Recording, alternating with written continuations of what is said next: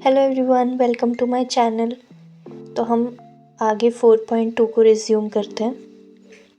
तो हमारे पास है solution of quadratic equation by factorisation. तो ये एग्जांपल है, इसको सॉल्व करते हैं। तो पहले हम क्या करते हैं, कांस्टेंट टर्म और एक्स स्क्वायर के कोफिशिएंट को मल्टीप्लाई करते हैं और उसके फैक्टर्स निकालते हैं। तो 6 के फैक्टर्स निकालेंगे, 2 और 3। अब 2 और 3 से हमें सम बनाना है 5 का। तो 2 + 3 जब हम करते हैं तो 5 बन जाता है, बट हमें -5 चाहिए, इसलिए हम क्या करेंगे, -2 और -3 करेंगे तो -5 बन जाएगा। तो सम आ गया हमारा -5 और 2 और 3 से हमारा 6 भी बन जाता है 2 × 3 करके। तो प्रोडक्ट भी आ गया, सम भी आ गया। अब इसको हम लिख देते हैं, 2x² - 2x - 3x + 3 = 0। अब कॉमन ले लेंगे। तो फर्स्ट पेयर में हमें कॉमन क्या दिख रहा है, 2x। तो मैंने 2x कॉमन लिया तो अंदर बचा x - 1। सेकेंड टर्म में -3 कॉमन लिया तो x - 1 अंदर बचा। अब इन दोनों में से x - 1 कॉमन है, ये हमारी फर्स्ट टर्म है और ये हमारी सेकेंड टर्म। तो इन दोनों में ही x - 1 है, तो मैंने वही कॉमन लिया है और अंदर क्या बच गया, 2x - 3। तो ये ऐसे आ गया। तो अब ये दो फैक्टर्स आ गए मेरे पास। अब यहाँ से मेरे पास x की वैल्यू निकल जाएगी। तो या तो 2x - 3 = 0 है या x - 1। वहाँ से x की वैल्यू निकल गई 3/2 और x की वैल्यू निकल गई 1। तो ये हमारे सॉल्यूशंस हो गए इस इक्वेशन के, और यही मेथड होता है x की वैल्यू निकालने का बाय फैक्टराइजेशन। तो क्वेश्चन सॉल्व करते हैं। अब फर्स्ट क्वेश्चन में देखो, 10 को 1 से मल्टीप्लाई किया, 10 आया मेरे पास। 10 के फैक्टर्स करेंगे तो 2 और 5 आ जाएगा। अब 2 और 5 को इस तरह से जोड़ना या घटाना है कि मेरे पास 3 आ जाए।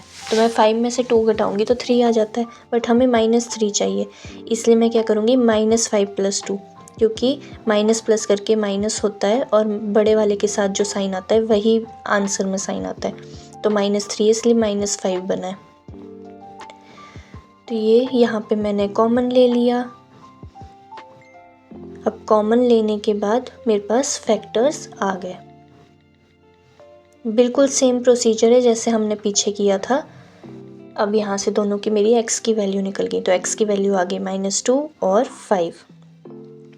नेक्स्ट क्वेश्चन है, यहाँ पे हमारे पास 6 × 2 12 बन जाएगा। 12 के फैक्टर्स निकालेंगे हम। अब यहाँ पे हमें बनाना है +1, तो मैंने 2 × 2 4 किया और 3, तो 4 × 3 12 भी आता है, और 4 में से 3 घटा दूंगी मैं अगर, तो मेरे पास 1 भी आ जाएगा। तो सम भी आ गया, प्रोडक्ट भी आ गया। अब यहाँ से कॉमन ले लूँगी मैं।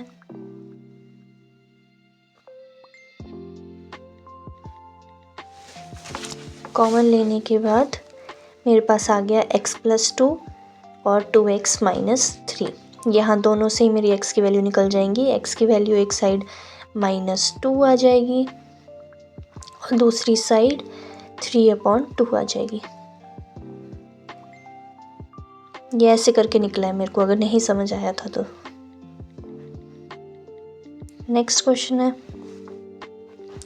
अब यहाँ देखो, अंडर रूट्स को अगर मल्टीप्लाई करना है तो कैसे करते हैं। यहाँ पे मुझे करना है, देखो अगर मैं √2 × √2 करूँगी या इनमें से कोई भी चीज़ करती हूँ तो क्या आ जाते हैं मेरे पास 2, √3 × 3 3, √24 × 24 24। क्यों? क्योंकि √2 का मतलब होता है 2⁻1/2। बेस सेम होते तो पावर्स ऐड हो जाती हैं, इसलिए 2 आता है। ठीक है, तो अब जब मुझे यहाँ पे मल्टीप्लाई करना है 5 √2 × √2, तो √2 × √2 2 बन जाएगा, तो 5 × 2 10। फैक्टर्स लेंगे तो 2 और 5 फैक्टर्स आ जाएंगे, और 5 + 2 7 होता है, तो ये हमारा सम भी आ जाएगा। तो हमें ऐसे ही नंबर्स को बीच में लाना होता है जिनको प्लस करके तो हमारे पास जो बीच वाला नंबर है वो सम बन जाए, और जो मल्टीप्लाई प्रोडक्ट करके आया था वो भी बन जाए। अब देखो, मैंने यहाँ पे √2 अगर मैंने बाहर कॉमन लिया है तो अंदर भी √2 ही बनेगा। क्यों? क्योंकि √2 × √2 2 होता था। तो अगर मैं एक √2 बाहर ले लूँगी, मैंने बाहर ले लिया तो अंदर तो √2 ही बचेगा ना, ये मैंने एक्सप्लेन किया है यहाँ पे। तो अंदर आ गया x प्लस √2 और उसके बाद आ गया 2 √2x प्लस 5। यहाँ से x की वैल्यू निकल जाएगी। तो ये आ गई दोनों x की वैल्यूज़। नेक्स्ट क्वेश्चन है, अब यहाँ पे मैं प्रेफर करती हूँ कि मैं एलसीएम ले लूँ। तो एलसीएम लेने के बाद मेरे पास ये बन जाएगा, और जब मैं 8 को उधर मल्टीप्लाई करूँगी तो 8 × 0 0 ही होता है। तो ये बन जाएगा 16x² - 8x + 1 = 0। ये मेरे पास इक्वेशन आ गई। अब मुझे इसको जो है वो फैक्टराइज करना है। तो 16 × 1 16 होता है और 16 के फैक्टर्स निकाल लूँगी। तो 4 × 4 16 होता है और 4 + 4 8 भी आ जाता है, बट मुझे -8 चाहिए, इसलिए मैंने -4 करूँगी। तो -4x - 4x + 1 = 0।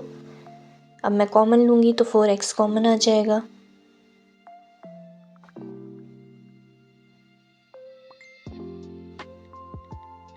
यहाँ से मेरी x की वैल्यूज़ निकल जाएंगी। दोनों सेम इक्वेशन है तो सेम ही वैल्यूज़ निकलेंगी। नेक्स्ट क्वेश्चन है, मुझे 100 को 1 से मल्टीप्लाई करना है तो 100 ही आता है। 100 के फैक्टर्स निकालेंगे।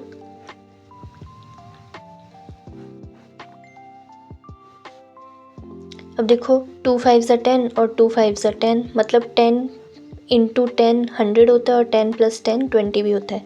मुझे -20 चाहिए, इसलिए मैं -10 -10 करूँगी ताकि -20 बन जाए मेरा।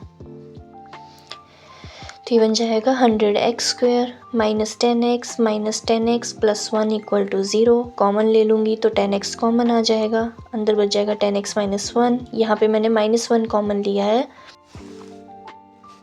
तो अंदर बच जाएगा 10x - 1।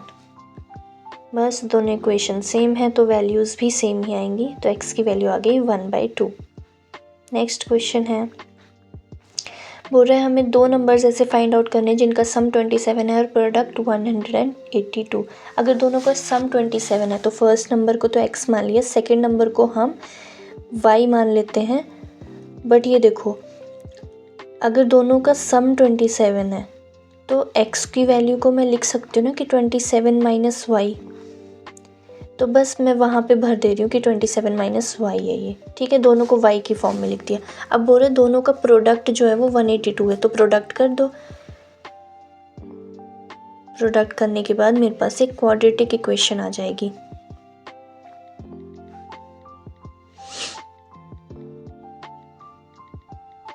बस मैंने माइनस का साइन बाहर ले लिया है ताकि मेरी y² की वैल्यू प्लस में आ जाए। बस सिंप्लीफाई करने के लिए किया है, ऐसे थोड़ा इजी होता है। बस अब वही फैक्टराइज करना है।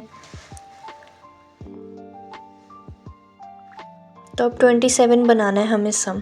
तो 14 और 13 27 बनता है, बट -27 बनाना है तो -14 और -13 कर देंगे, और 14 × 13 182 होता है। तो -14y - 13y - 182 = 0 हो गया। अब मैं बस यहाँ से कॉमन ले लूँगी।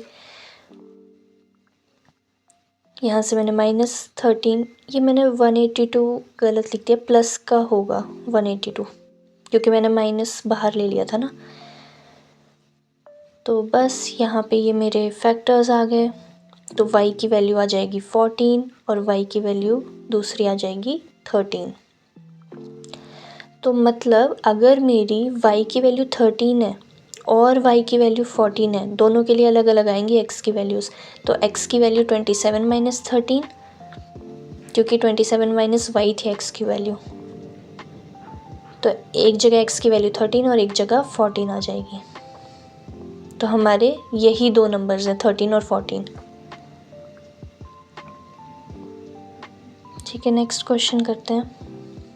बोल रहा है 2 कॉन्सिक्यूटिव पॉजिटिव इंटीजर निकालना है जिनका सम ऑफ हु स्क्वायर इज 365। तो फर्स्ट कॉन्सिक्यूटिव इंटीजर मैं मान लेती हूँ x, और सेकंड कॉन्सिक्यूटिव इंटीजर पॉजिटिव वाला कॉन्सिक्यूटिव इंटीजर ले रहे हैं हम यहाँ पे। तो कॉन्सिक्यूटिव इंटीजर में +1 करते हैं, ये मैंने पीछे भी एक्सप्लेन किया था। तो तो इसलिए मैंने x में +1 कर दिया। अब बोल रहे जब दोनों का सम किया तो मैंने कर दिया सम। बोल रहे सम किसका, पर उनके स्क्वायर का, इसलिए x² और दूसरा टर्म था हमारे पास x+1 का होल स्क्वायर, इसीलिए किया। उनका सम 365 है, तो बस x² + x+1 का होल स्क्वायर का फॉर्मूला लगाया और आगे बस सिंप्लीफाई कर दिया। यहाँ मैं 2 कॉमन ले रही हूँ तो सिंप्लीफाइड इक्वेशन बन जाएगी। अभी 182 को हमने ऊपर भी फैक्टराइज किया था, क्या आ रहे थे फैक्टर्स 14 और 13, और हमें पता है कि 14 और 13 को माइनस करके 1 आ जाता है। तो बस x² + 14x - 13x -182 = 0। बस अब फैक्टर्स ले लो, x कॉमन लिया तो अंदर बचा x + 14, या -13 कॉमन लिया तो अंदर बचा x + 14।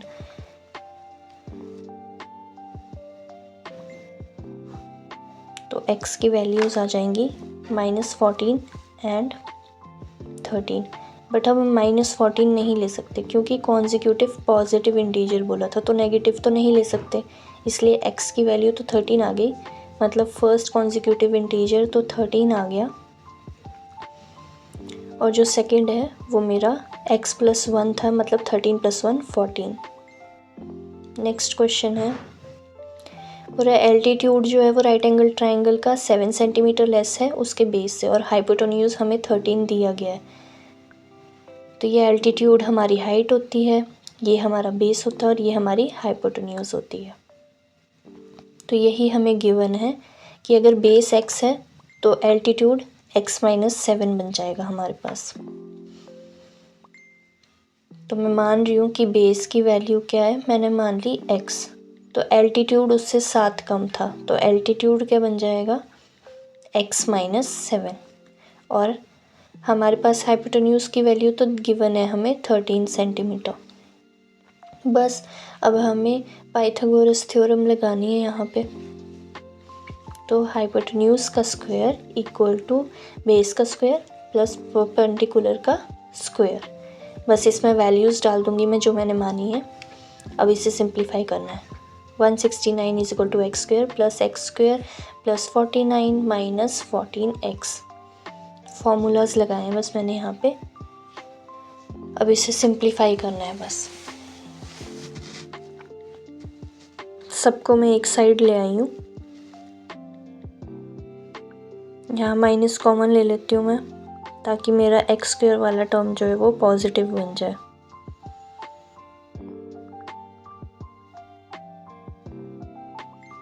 अब यहाँ 2 कॉमन ले लेंगे। सिंप्लीफाइड इक्वेशन लिखनी है ताकि आपको फैक्टराइज कम से कम करना पड़े, छोटे से छोटे नंबर का करना पड़े। बस 60 के हम फैक्टर्स बनाएंगे। क्वाड्रेटिक इक्वेशन को सॉल्व करने का यही तरीका होता है ना, 60 के फैक्टर्स बनाए और मिल गया हमारे पास। तो यहाँ पे फैक्टर्स बन जाएंगे आपके -12x + 5, क्योंकि 12 5 60 होते हैं, और -12 + 5 -7 आ जाता है। कॉमन लिया यहाँ से तो मेरे पास फैक्टर्स आ गए, तो x की वैल्यू -5 आ जाएगी और x की वैल्यू 12 आ जाएगी। अब देखो यहाँ पे मैं -5 तो ले नहीं सकती क्योंकि लेंथ जो है वो नेगेटिव तो होगी नहीं, इसलिए x की वैल्यू 12 आ गई। तो मतलब जो बेस था हमारा वो तो 12 आ गया, और जो एल्टीट्यूड है वो क्या था x - 7, तो वो 5 आ गया। नेक्स्ट क्वेश्चन है, बोरे कॉटेज इंडस्ट्री है, उसमें पॉटरी बनाई जाती है, आर्टिकल्स बनाए जाते हैं उसके। कॉस्ट ऑफ ईच आर्टिकल जो है वो 3 ज़्यादा है, twice the number of articles produced, और टोटल कॉस्ट ऑफ प्रोडक्शन भी दी गई है। तो हमें नंबर ऑफ आर्टिकल्स और कॉस्ट ऑफ ईच आर्टिकल बताना है। ये जो 90 है ये हमारी टोटल कॉस्ट ऑफ प्रोडक्शन है। तो देखो टोटल कॉस्ट तो हमें गिवन है 90, तो टोटल कॉस्ट होती क्या है, किसी भी नंबर ऑफ आर्टिकल्स को जब हम मल्टीप्लाई कर देते हैं कॉस्ट ऑफ 1 आर्टिकल से, तो वो हमारी कॉस्ट निकल आ जाती है।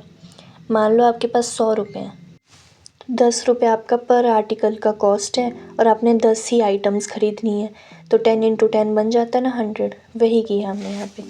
तो देखो गिवन तो है हमें कि टोटल कॉस्ट ऑफ प्रोडक्शन क्या है, वो तो ₹90 दी गई है, मैं इसको रुपीज़ ही मान रही हूँ सिंप्लीफाई करने के लिए, ठीक है। और बोल रहे जो कॉस्ट ऑफ ईच आर्टिकल है वो 3 ज़्यादा है, तो लाइक मान लो ना let number of articles produce, तो बोल रहे वो हमने मान लिया कि नंबर ऑफ़ आर्टिकल्स हमने एक्स प्रोड्यूस किए हैं, और जो cost of production of each article है वो क्या है, इन्हीं आर्टिकल्स के जो हमने प्रोड्यूस किए थे इसका ट्वाइस से ज़्यादा है, 3 ज़्यादा है। तो मैंने नंबर ऑफ़ आर्टिकल्स जो हमने प्रोड्यूस किए उसको ट्वाइस कर दिया प्लस उसमें 3 कर दिया। अब देखो जो नंबर ऑफ़ आर्टिकल्स प्रोड्यूस्ड हैं हमारे वो into cost of each article, यही तो कर रहे थे ना हम ऊपर भी, कि जो आर्टिकल आपने प्रोड्यूस किए हैं या आपको ख़रीदने हैं उससे मल्टीप्लाई कर देते थे हम कि हमारे पास कितनी कॉस्ट है ईच आर्टिकल की, तो वही किया है मैंने इधर, और 90 मेरे को टोटल कॉस्ट ऑफ प्रोडक्शन दी है। बस फिर इसको मैं सिंप्लीफाई कर लूँगी। मेन आपका यही चीज़ था कि आपको समझना था कि कॉस्ट ऑफ, जो टोटल कॉस्ट होती है आपकी वो cost of each article into number of article जितने आपको चाहिए उसको मल्टीप्लाई करके आती है। बस यहाँ पे मैं फैक्टराइज कर रही हूँ इसको। अब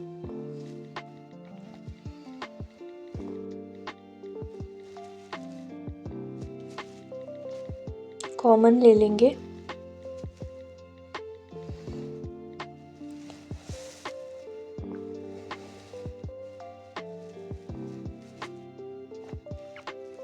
तो ये आ गए हमारे पास फैक्टर्स 2x + 15 और x - 6।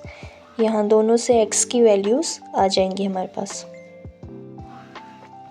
तो x की वैल्यू आ गई -15/2 और x की वैल्यू आ गई 6। तो अब देखो कोई भी आर्टिकल नेगेटिव तो नहीं हो सकता ना, हमने नंबर ऑफ़ आर्टिकल्स ही माने थे x, तो इसलिए x की वैल्यू 6 आएगी। यहाँ पे नेगेटिव वाला चूज़ नहीं करेंगे। तो नंबर ऑफ़ आर्टिकल्स तो हो गए 6 मेरे पास, और कॉस्ट ऑफ ईच आर्टिकल मेरे 2x + 3 आई थी, तो ये आ गई मेरे पास 15। Okay, that's it for the video. Thank you so much for watching.